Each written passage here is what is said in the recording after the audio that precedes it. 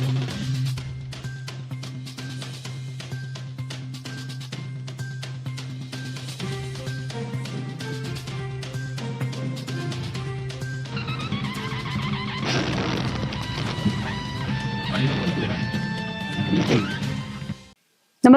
आपण पाहता हिरकणी न्यूज.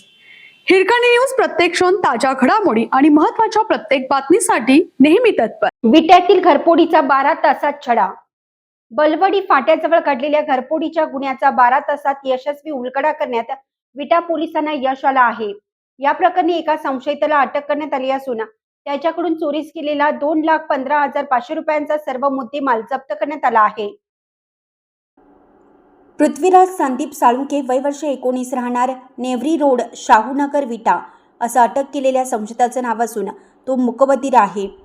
बलवडी फाट्याजवळ राहणारे माणिक बाळासाहेब भागवत यांच्या घरातील कपाटातून 26 ग्रॅम 770 वजनाचे सोन्याचे घंटण आणि रोख 5,500 रुपये असा एकूण 2,15,500 रुपयांचा ऐवज चोरीला गेला होता. हा प्रकार 17 ते 24 जुलै दरम्यान घडला होता. या प्रकरणी माणिक भागवत यांनी 24 जुलै रोजी विटा पोलीस ठाण्यात फिर्याद दाखल केली. पोलीस पथक गस्तीवर असताना ही चोरी पृथ्वीराज साळुंके यांनी केल्याची गुप्त माहिती मिळाली. त्यानुसार पोलिसांनी साळुंके याला शिताफीने ताब्यात घेतलं. संशयित मूकबधीर असल्याने तपासात अडचण येऊ नये म्हणून मूकबधीर शिक्षिका सारिका काळे यांना पाचारण करण्यात आलं.